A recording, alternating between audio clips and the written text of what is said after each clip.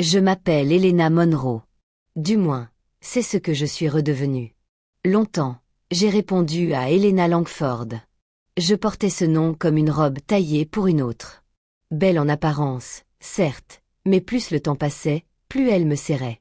Je n'avais pas réalisé à quel point elle m'étouffait jusqu'à cette nuit où mon mari, devant une salle comble de connaissances, annonça, d'un ton aussi calme qu'une présentation en salle de réunion, qu'il regrettait de m'avoir épousée. Ces mots résonnèrent comme un verre brisé au beau milieu d'un dîner feutré. Tout s'arrêta. Le quatuor à cordes s'interrompit en plein morceau. Les flûtes de champagne restèrent à moitié levées. Une centaine de visages se tournèrent vers nous, leurs expressions oscillant entre confusion, pitié et une autre, plus sombre, presque du soulagement, comme s'ils attendaient que le masque tombe. Je me tenais là, vêtue d'une soie or pâle qui scintillait sous les lustres de la salle de bal de Biltmore House. Cette même soie qu'il avait choisie parce qu'elle rendait bien en photo. Mes bras me semblaient lourds. Mon sourire, travaillé pendant des semaines, se figea, tandis que mon esprit tentait de comprendre. Pendant une fraction de seconde, j'ai cru qu'il plaisantait. Un discours cruel et élaboré qui avait mal tourné. Mais non. Julian rendit le micro à l'organisatrice de l'événement, stupéfaite, sans un mot de plus. Aucune explication, aucun regard en arrière. Il quitta simplement l'estrade improvisée par la végétation pour les discours, traversa la foule écartée et sortit de la salle. Cette même foule qui, plus tôt, nous avait portés en triomphe, nous qualifiant de couple phare, d'histoire d'amour, de réussite. Ils s'écartèrent sur son passage comme l'eau s'écarte devant une lame. Je restai où j'étais. Je lissai le devant de ma robe de main qui, miraculeusement, ne tremblait pas. Je regardai tous ses yeux écarquillés et dis d'une voix plus claire que je ne l'aurais cru. Veuillez m'excuser pour cette interruption. Passez une bonne fin de soirée. C'était absurde. Je m'excusais pour mon propre fiasco public, mais je ne savais pas quoi faire d'autre. Alors, j'ai marché, la tête haute, les épaules redressées, dépassant des tables de dessert à moitié mangées, des compositions florales hautes comme de petits arbres, et le bar où le barman évitait mon regard. J'ai continué jusqu'au couloir de marbre où le son du groupe de jazz qui reprenait m'a donné l'impression que quelqu'un avait monté le volume du monde alors que j'étais encore sous l'eau. Anna m'a rattrapé juste avant les portes. Mon amie la plus ancienne, venue spécialement de Raleigh pour le week-end, a saisi mon poignet. « Helena, qu'est-ce que c'était que ça ?» Sa voix était basse, urgente, teintée d'une émotion indéfinissable. Je l'ai regardée, vraiment regardée, et pour la première fois depuis des années, je n'avais pas de réponse. « Je ne sais pas », ai-je dit, et j'ai entendu à quel point ma voix sonnait plate, comme si je lisais un bulletin météo. Elle m'a dévisagé, scrutant mon visage à la recherche d'une faille. « Tu veux que je vienne avec toi ? Tu ne devrais pas être seule ce soir. »« J'ai besoin d'être seule, » lui ai-je dit. Ce n'était pas un mensonge. Pour une fois, je ne désirais pas le confort. Je voulais le silence. Je voulais rester assise au milieu des décombres et observer quelle forme il prendrait quand personne ne me regardait. Je suis rentrée seule en voiture. La ferme moderne sur la crête près d'Asheville était exactement la même qu'au matin. Les lumières étaient programmées. Les fenêtres brillaient d'une lumière dorée sur la silhouette sombre de la montagne. Cela aurait pu être la maison de n'importe qui. Je ne la sentais plus chez moi. La voiture de Julian n'était pas garée. Son téléphone tombait directement sur sa messagerie. J'ai traversé les pièces que nous avions à peine utilisées. Je suis passé devant la table à manger, une table de 12 couverts où nous n'avions jamais été plus de 2. J'ai dépassé la suite d'invités que nous gardions prêtes pour des investisseurs qui n'y avaient jamais mis les pieds. J'ai dépassé les photos encadrées de nous souriant à des galas de charité, des inaugurations, des vacances prises surtout pour alimenter Instagram. Chaque image semblait maintenant mise en scène, comme une preuve que je collectionnais sans le savoir. Je me suis retrouvée dans la cuisine. Là où nous avions pris le café ce matin-là. Là où il m'avait embrassée sur la tempe en me disant « Ce soir sera parfait ». Je me suis assise sur un tabouret, les coudes posés sur l'îlot de marbre froid, et j'ai laissé le silence m'envahir. Aucune larme n'est venue. Pas encore. À la place, il y avait quelque chose de plus froid, de plus clair. On ne fait pas ce que Julian a fait sans raison. On ne choisit pas une pièce remplie de témoins sans avoir besoin de ces témoins pour quelque chose de plus important que de blesser sa femme. On le fait pour construire une histoire, pour semer les graines d'un récit dont on aura besoin plus tard.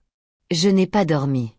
Je suis restée assise là, dans le noir, tandis que le ciel passait du noir au gris anthracite, puis au gris doux de l'aube. Et quelque part dans ces longues heures, le chagrin s'est effacé pour laisser place à autre chose. Pas la rage, pas encore. La détermination. Celle qui donne l'impression de poser le pied sur la terre ferme après avoir trop longtemps marché sur la glace. Quand les premiers rayons du soleil ont caressé la crête, j'ai su ce que je devais faire. Je n'allais pas le poursuivre. Je n'allais pas implorer des réponses. J'allais les trouver, toutes. Et quand je l'aurais fait, je me serais assuré que personne ne puisse plus jamais utiliser mon nom contre moi. C'est à ce moment-là que j'ai commencé à disparaître. Non pas du monde, mais de l'image de moi qu'il avait soigneusement construite. Celle qui signait des documents sans les lire. Celle qui souriait quand elle se sentait vide. Celle qui croyait que la confiance était synonyme de sécurité. J'en avais fini d'être cette femme. Et je commençais à peine à comprendre à quel point ma vie avait été bâtie sur un mensonge que je n'avais jamais vu venir. Je n'ai pas pleuré cette première nuit, ni la suivante. Au lieu de cela, j'ai parcouru la maison comme quelqu'un qui catalogue une scène de crime. J'ai commencé par le bureau de Julian. Une pièce où je n'entrais presque jamais, car il l'avait toujours présenté comme son espace de concentration. Un lieu où se prenaient les grandes décisions et où les distractions, c'est-à-dire ma présence, n'étaient pas les bienvenues. La porte était déverrouillée. Cela aurait dû être mon premier indice. Il ne s'attendait pas à ce que je regarde. J'ai ouvert des tiroirs, feuilleté des dossiers. Photographié avec mon téléphone tout ce qui portait mon nom. Des relevés bancaires de comptes inconnus, des titres de propriété de ville que je n'avais jamais visités, des demandes de prêts avec des signatures identiques à la mienne. Même boucle, même angle aigu sur le M de Monroe, mais je n'avais aucun souvenir d'avoir tenu ces stylos. Plus je photographiais, plus les pièces du puzzle refusaient de rester séparées. Des retraits systématiques de notre compte joint ces derniers mois. 5 000 par-ci, 10 par-là, vaguement étiquetés, frais de développement ou acquisition de terrain. Le solde avait presque disparu alors que je continuais d'enseigner en CM1. Et je supposais que tout allait bien, que nous étions même en sécurité. Au lever du soleil, je n'avais plus le cœur brisé. J'étais furieuse, d'une rage chirurgicale, froide, précise, concentrée. Ce n'était pas un homme qui avait cessé de m'aimer. C'était un homme qui avait tout manigancé et qui avait besoin d'un public pour le moment où il couperait le dernier fil. J'ai appelé Marissa avant 8 heures ce matin-là. Elle décrocha à la deuxième sonnerie. J'ai entendu, dit-elle avant même que je puisse parler. Anna m'a appelé hier soir. Elle avait l'air inquiète pour toi. Je n'ai pas peur. Je lui ai dit que j'étais en colère et que je devais tout voir. Absolument tout. Un court silence. Ensuite, j'arrive. Ne touche à rien d'autre avant mon arrivée. Marissa arriva avec un porte-documents en cuir, un thermos de café et le calme de quelqu'un qui avait l'habitude de ce genre de situation. Nous nous sommes assises à l'îlot de la cuisine, la même où Julian et moi avions l'habitude de planifier nos randonnées du week-end. Là où il m'avait confié un jour que mes élèves le gardaient les pieds sur terre, lui rappelait pourquoi il travaillait si dur. Je lui ai exposé ce que j'avais trouvé. Elle écoutait sans m'interrompre, prenant des notes de sa belle écriture légèrement inclinée. Quand j'aurai fini, dit-elle en posant son stylo. Les hommes comme Julian n'humilient pas leurs femmes en public à moins de préparer le terrain. Elle ajouta que ce toast n'était pas un geste émotionnel. C'était une stratégie. Il voulait des témoins qui pourraient attester plus tard que j'étais instable, imprévisible, que le mariage s'était terminé dans le chaos. C'est le genre d'histoire qu'on raconte pour se distancer de quelque chose de sordide. Comme quoi, ai-je demandé, même si une partie de moi le savait déjà. Comme de l'argent qui ne lui appartenait pas ou des documents que je n'aurais jamais dû signer. Elle avait raison. Les jours suivants, je suis devenue étrangère à ma propre vie. J'ai continué à enseigner, car la routine était la seule chose qui m'empêchait de sombrer. Mais chaque après-midi et chaque soir, je retournais à la maison et je creusais plus profondément. J'ai découvert d'autres sociétés écrans où mon nom figurait comme propriétaire principal. Des biens immobiliers qui n'existaient que sur le papier, achetés à prix d'or, puis revendus à d'autres entités contrôlées par le même cercle. Des transferts qui semblaient légaux en apparence, mais qui laissaient des traces d'argent transférées à l'étranger. Puis vint le moment qui fit basculer la pièce. L'un des actes de propriété comportait une page de signature datée de près de 3 ans auparavant. J'ai contemplé ma propre signature, parfaitement falsifiée. Je me souvenais vaguement de cette semaine. Julien m'avait demandé de signer une pile de papiers de refinancement, alors que je corrigeais des dictées sur le canapé. Il se tenait derrière moi, me massant les épaules et me disant « Tu es si confiante, Elena. » C'est une des choses que j'aime le plus chez toi. J'avais ri. J'avais signé parce que je lui faisais confiance. Avec le recul, je comprenais maintenant le schéma. La façon dont il louait ma confiance en lui. La façon dont il esquivait les questions sur ses appels tardifs par un. Ce ne sont que des affaires, chérie. Des trucs ennuyeux. La façon dont il m'embrassait le front avant les longs voyages et me disait combien il avait de la chance d'avoir une femme qui n'avait pas besoin de tout savoir dans les moindres détails. J'avais porté ses compliments comme une couronne. Maintenant, je comprenais que c'était une laisse. Anna appelait tous les jours pendant ses premières semaines. Elle voulait revenir en avion pour être à mes côtés et m'aider. Je gardais mes distances, non pas parce que je ne l'aimais pas, mais parce que quelque chose dans sa voix, lors du gala, m'était resté en mémoire. La façon dont sa main avait serré mon bras. La façon dont son regard avait scruté le mien, non seulement avec choc, mais aussi avec une sorte de confirmation. Comme si elle s'était préparée à une chute qu'elle avait vue venir de plus loin que moi. J'ai enfoui cette impression. J'aurai le temps d'y réfléchir plus tard. Julien a essayé de me joindre 2 fois cette semaine-là. Une fois par téléphone, directement sur messagerie, une fois par SMS. Il faut qu'on parle de la maison. Non, je suis désolée. Non. Ça va. Juste la maison. Comme si j'étais un problème à résoudre plutôt qu'une personne qu'il avait passé des années à détruire, je n'ai pas répondu. Au lieu de cela, j'ai ouvert un nouveau compte dans une autre banque. J'ai commencé à rassembler des relevés, des captures d'écran, des chronologies. Chaque document que je touchais me semblait être une preuve que je rassemblais pour un procès que je n'avais pas encore décidé d'engager. Et quelque part dans ces heures calmes et méthodiques, la femme qui s'excusait autrefois d'être interrompue a commencé à disparaître. À sa place se tenait une autre qui ne demandait plus la permission de se protéger. Plus je creusais, plus la maison ressemblait à un décor. De belles apparences cachant des fondations vides. Je parcourais les couloirs au crépuscule, mes doigts effleurant les murs qui, autrefois, me semblaient familiers. Désormais, ils ne faisaient plus que résonner. Les montagnes Blue Ridge encadraient chaque fenêtre comme une carte postale. Mais je ne parvenais pas à me débarrasser de ce froid sentiment d'isolement. Cet endroit était l'idée de Julien depuis le début. Une demeure prestigieuse pour recevoir des clients, avait-il dit. J'avais accepté car protester aurait été ingrat. Qui se plaindrait d'une telle vue? Mais la gratitude m'avait aveuglé. Je me souvenais de notre première visite. Les yeux de Julien s'étaient illuminés devant les hauts plafonds, la cuisine de chef que nous n'utiliserions jamais. C'est nous maintenant, Elena, avait-il dit en me serrant contre lui. Nous l'avons mérité. J'avais hoché la tête, ignorant le hochement de tête dans mon ventre. Le vieux bungalow de West Asheville nous avait suffi. Des planchers qui grinçaient, une balancelle sur la véranda où nous sirotions du café les matins brumeux. Mais les affaires de Julien étaient florissantes. De petites rénovations se transformaient en empires commerciaux. Des investisseurs aux poches bien garnies. L'argent affluait comme la pluie printanière des montagnes. Comment refuser le progrès? Marissa fit venir Elliot, un expert comptable judiciaire à la voix douce et au regard perçant.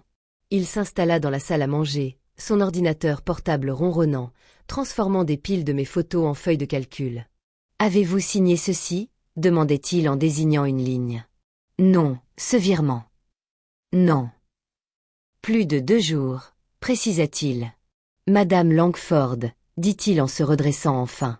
Ce ne sont pas des investissements. C'est une machine. L'argent arrive de manière douteuse, provenant de sources qui ne déclarent pas leurs impôts comme vous et moi. Il est blanchi par ces sociétés écrans, votre nom bien en évidence, puis disparaît comme par magie dans des comptes offshore. Je me suis agrippé au bord de la table. Combien de temps? Au moins 2 ans, peut-être plus. La pièce s'est mise à tourner. Tout notre séjour ici, la majeure partie de notre mariage, reposait sur ça.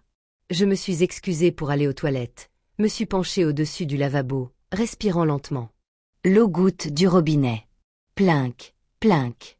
Comme un compte à rebours que j'avais ignoré. Julien Hint venait de me tromper ou de me mentir. Il m'avait volé. Morceau par morceau, ma signature, ma confiance, mon avenir. Et pourquoi? Pour se protéger. Pour me laisser porter le chapeau quand tout s'effondrerait. Ce toast de gala n'était pas un rejet. C'était une assurance. Sans témoin pour dire qu'elle était instable, imprévisible. Qui sait de quoi elle était capable à huis clos? Plus tard dans la soirée, je me suis assise sur la terrasse, les yeux rivés sur les étoiles. La crête. L'air était vif, imprégné d'un léger parfum de pin. Je me suis serrée contre moi-même, me remémorant des instants plus simples. Julien aidant à corriger des copies à notre vieille table de cuisine, riant de ses propres erreurs en maths. Julien rapportant des fleurs sauvages d'un chantier parce qu'elles me faisaient penser à toi. Simple, fort. Tout cela était-il réel ou n'était-ce qu'une manipulation? Me conditionnant à détourner le regard pendant qu'il me tendait un piège. J'avais été si fière de notre partenariat, l'enseignante et le promoteur immobilier. Ancré dans la réalité et ambitieux. Maintenant, je voyais le déséquilibre. Comment mon monde s'était rétréci pour s'adapter au sien. Moins d'amis, moins de temps pour les randonnées ou les livres, plus de galas, plus de sourires aux inconnus. Je me disais que c'était la croissance. C'était un rasoir. Anna est revenue une semaine plus tard. Nous nous sommes retrouvés dans un café tranquille du centre-ville, loin de la maison.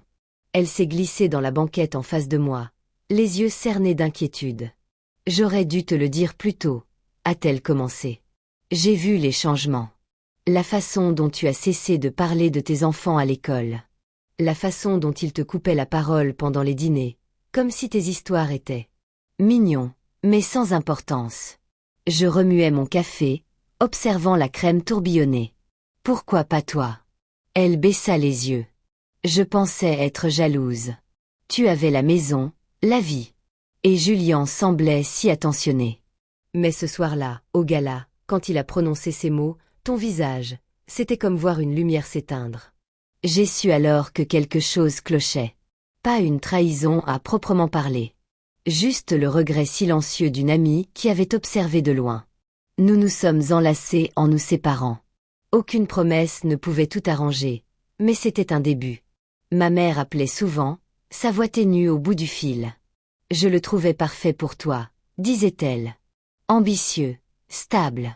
Ton père aurait été ravi de te voir si épanoui. J'écoutais. Le cœur lourd. Elle était venue une fois à la ferme, touchant chaque objet comme une œuvre d'art fragile. Tu as fait un si long chemin, avait-elle murmuré. Maintenant, je me demandais ce que « long chemin » signifiait vraiment. Loin de moi-même, dans une cage déguisée en succès. J'y travaille, maman, lui dis-je. Fais-moi confiance. Je suis restée un peu plus longtemps. Le rapport d'Eliott a fait l'effet d'une pierre jetée dans l'eau calme.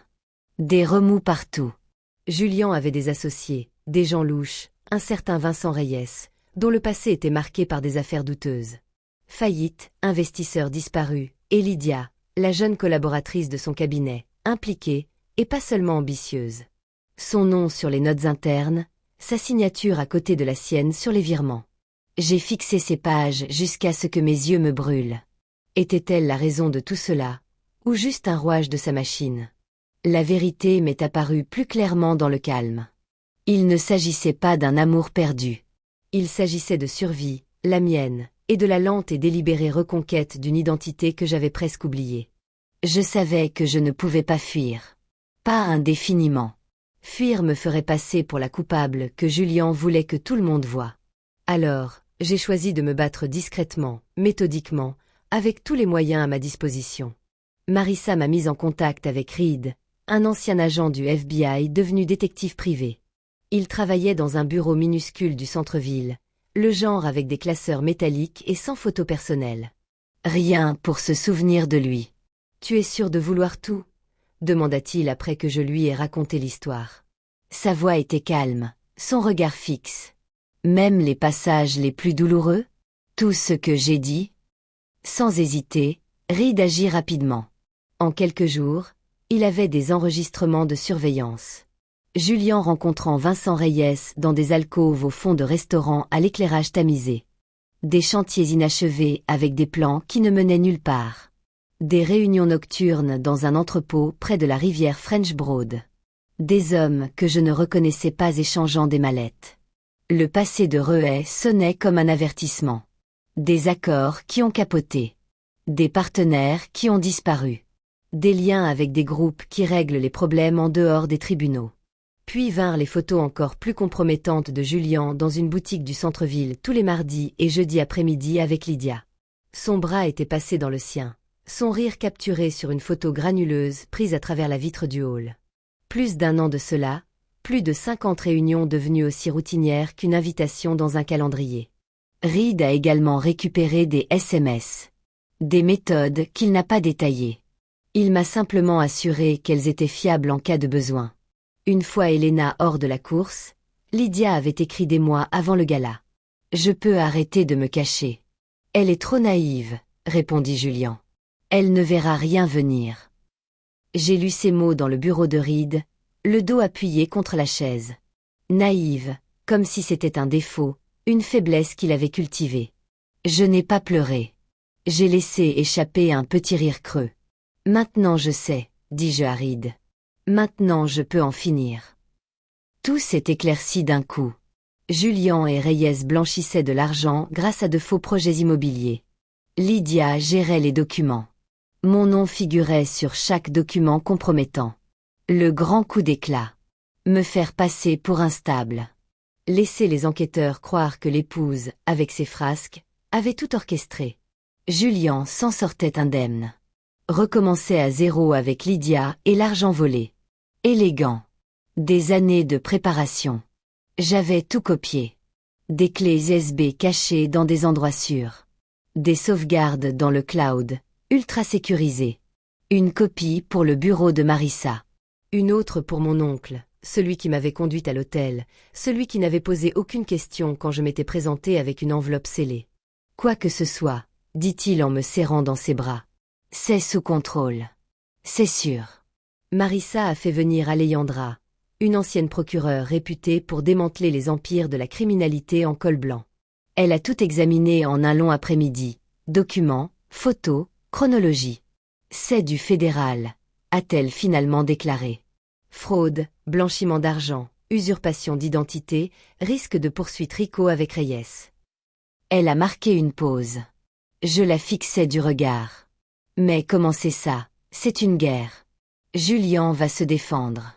Avocat, calomnie et Reyes. Il ne joue pas franc jeu. J'ai croisé son regard. Il a déjà tout pris. Qu'est-ce qu'il reste à perdre? Elle a hoché la tête. Alors, rendons-toi invulnérable. Nous avons monté ma défense. Une déclaration sous serment prouvant mon ignorance. Des témoignages d'Anna sur ma nature confiante. De mon directeur d'école sur mon intérêt pour l'enseignement, pas pour la finance. Même le témoignage de ma mère expliquant comment je m'en remettais à Julian pour les questions d'argent. Humiliant de documenter ma propre cécité, mais libérateur aussi. Chaque page était un pas hors de l'ombre. Les mises à jour de Reed montraient Julian inconscient de tout, toujours en train de voir Reyes, toujours en train de s'éclipser. Avec Lydia, je racontais à mes amis que j'avais craqué après le gala, qu'il était inquiet mais qu'il n'arrivait pas à me joindre, et qu'il construisait son récit pendant que je le démantelais. Alejandra avait organisé la rencontre. Agent spécial Elena Torres, FBI, crime financier. Je suis entré dans son bureau avec une valise à roulettes remplie de preuves, la sécurité bourdonnant pendant qu'il scannait les piles. Elena m'a écouté commencer par le gala. Le froid dans les yeux de Julian, le silence qui a suivi, puis les découvertes, les faux, les coquilles vides, l'affaire mêlée de crimes. J'ai tout étalé sur la table. Il m'a piégé. Il s'est servi de moi comme couverture. Elle a examiné le dossier pendant des heures, ses questions incisives mais justes. Pourquoi maintenant si cela a duré des années? Parce que je ne savais pas, ai-je répondu jusqu'à ce qu'il s'assure que tout le monde me voit craquer. Le scepticisme s'est dissipé lorsqu'elle a lu ma déclaration sous serment. Vous auriez pu disparaître avec l'argent. Je veux qu'il soit arrêté, lui ai-je dit. Pas seulement pour moi. Les renseignements de Reed ont scellé le sort de l'affaire. Prochain rendez-vous à l'entrepôt. Vendredi soir. Transfert important. Elena a passé l'appel. On y va. Elle m'a laissé observer depuis une banquette grise. Une berline à quelques pâtés de maison. Observation aux jumelles. Julien arriva le premier, d'un pas assuré. Reuet suivit.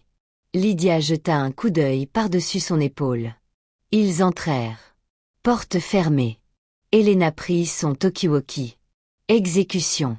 Les agents affluèrent. Des véhicules bloquaient les sorties. Des équipes pénétraient dans les lignes. Précis. Imparables. Quelques minutes plus tard. Ils émergèrent menottés. Le visage de Julien. De la confusion à la rage, puis à la peur. Stoïque. Lydia en larmes. Maquillage qui coulait. Au passage de son véhicule, nos regards se croisèrent à travers la vitre. Il paraissait petit, dépouillé. L'homme qui avait volé ma vie, enfin pris à son propre piège. Elena se tourna vers moi. Comment te sens-tu? Vide, dis-je, mais libre. Les arrestations firent la une des journaux du jour au lendemain. D'abord les médias locaux, puis l'information se répandit comme un brouillard sur les montagnes, les chaînes régionales, les médias nationaux. Le visage de Julien partout. Le promoteur immobilier qui avait bâti un empire sur des mensonges. Des détails divulgués, une fraude de plusieurs millions, du blanchiment d'argent via des projets fantômes et une liaison mêlée à des affaires criminelles. Le récit qu'il avait essayé de. L'épingle qui me retenait prisonnière s'est brisée. Des appels sont arrivés de personnes présentes au gala, avec des excuses et des offres de soutien. On aurait dû le voir, disait-il. Mais personne ne l'avait vu. C'était son don. La tromperie enrobée de charme. Anna est arrivée le lendemain, les bras chargés de plats à emporter de notre ancien restaurant préféré. Nous nous sommes assises par terre dans mon appartement, une location temporaire à l'autre bout de la ville, simple et rien qu'à moi. Je l'ai cru, a-t-elle admis, la voix étranglée.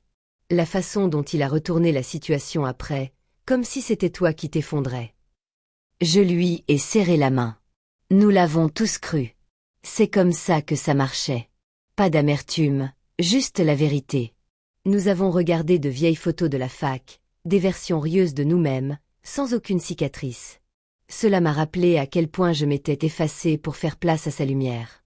Maintenant, dans le calme, je me sentais m'épanouir à nouveau. Ma mère est arrivée en voiture quelques jours plus tard. Elle est restée sur le seuil, les yeux rouges. Je t'ai poussé vers lui. La stabilité, le succès. Je pensais que c'était ça le bonheur. Nous avons marché sur le sentier tout près. Les feuilles crissaient sous nos pas. Ça va, maman, ai-je dit. Je commence à trouver ma voie. Notre conversation a changé après cela.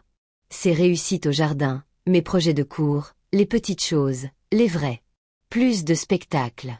Le calvaire juridique s'est étiré sur des mois. Des dépositions où les avocats ont déformé mes propos, insinuant ma complicité. Des salles d'audience où je restais impassible, face à Julien, de l'autre côté de la pièce. Il paraissait de plus en plus diminué. Costume mal ajusté, regard fuyant le mien. J'ai témoigné clairement qu'il n'y avait pas eu de renonciation. Ma tenue, elle, reflétait simplement les faits. Marissa à mes côtés, un ancrage discret. Un soir, après une séance difficile, elle a dit en buvant un thé tiède, « La vraie vengeance, ce n'est pas la destruction. C'est s'élever au-dessus. Devenir quelqu'un qu'ils ne peuvent pas atteindre. » Ces mots résonnèrent en moi, transformant ma douleur en raison d'être. Les verdicts tombèrent rapidement. Julien, 12 ans de prison fédérale. Reyes, 15 ans. Lydia, témoin à charge, écopa de 5 ans et d'une interdiction à vie d'exercer sa profession. J'assistais au prononcé du verdict, assise au dernier rang. La voix du juge, grave et posée, esquissait les conséquences comme une carte. Julien me jeta un regard, cherchant le triomphe ou les larmes. Je ne lui laissai rien paraître. Un regard vide, comme si j'observais un étranger. Car l'homme que j'avais aimé n'était qu'une fiction. Le vrai Julien faisait face à ce qu'il avait mérité. En sortant dans l'air vif, sous les rayons obliques du soleil sur les marches du tribunal, quelque chose s'allège. Non pas disparu. Les cicatrices persistent, mais plus légères, supportables. Je quittai Asheville peu après. Trop d'écho. Je choisis Burlington, dans le Vermont. Le Grand Nord, des saisons nouvelles, un lieu où les montagnes rencontrent le lac et où personne ne connaît mon nom. Je repris légalement mon nom d'Helena Monroe. Je me débarrasse du poids de Langford comme d'une vieille peau. Je trouve un endroit paisible pour me promener près du lac. Les matins sont enveloppés de brouillard sur le lac. Champlain. J'ai accepté un poste de rédactrice de demande de subvention pour une association aidant les femmes à quitter des relations toxiques. J'utilisais mon histoire pour financer des refuges, des consultations et des projets d'avenir. Ce travail me semblait naturel, comme un chemin bien tracé. Chaque proposition que j'élaborais portait en elle une leçon apprise. Les barrières ne sont pas que des murs, ce sont des illusions que l'on peut démanteler. Une lettre de Julian est arrivée des mois plus tard, transmise par Marissa, sur du papier de prison. Son écriture soignée, pas de regret, juste la faute. Je l'avais ruinée. J'avais mal interprété les pressions. De l'apitoiement sur moi-même à chaque ligne. Je l'ai lu une fois près de la fenêtre donnant sur l'eau. J'ai ressenti une pitié lointaine. Rien de plus. Puis je l'ai brûlé au-dessus de l'évier. Les cendres tourbillonnaient dans la bonde. Enfin, j'ai rompu les liens et la vie a trouvé son rythme. Des promenades le long du rivage. Le rire régulier des vagues. Des appels avec maman tous les week-ends. Je suis honnête maintenant sur mes joies et mes doutes. Anna est venue me rendre visite, apportant des rires et des projets de randonnée. Le referais-tu ? M'a-t-elle demandé un soir, un verre de vin à la main. Une confiance pareille. Peut-être, ai-je répondu, mais à mes conditions. Je suis entière sans ça. Avec le recul, le plus profond ce n'était ni les arrestations ni le déménagement qui ont tout changé. C'était la prise de conscience que la perte n'était pas une fin en soi. C'était l'espace nécessaire pour me choisir. Pour construire sans regret. La force ne rugissait pas. Elle murmurait doucement, comme les marées d'un lac. Et dans ce silence, j'ai trouvé une paix que je n'avais jamais connue. Merci de m'avoir accompagné sur ce chemin. Chaque histoire nous rappelle que la force se cache souvent derrière le chagrin. Si celle-ci vous a touché, restez avec nous. Chaque récit révèle une nouvelle vérité du cœur humain. N'oubliez pas d'aimer, de vous abonner et de partager pour que d'autres histoires comme celle-ci puissent atteindre ceux qui en ont le plus besoin.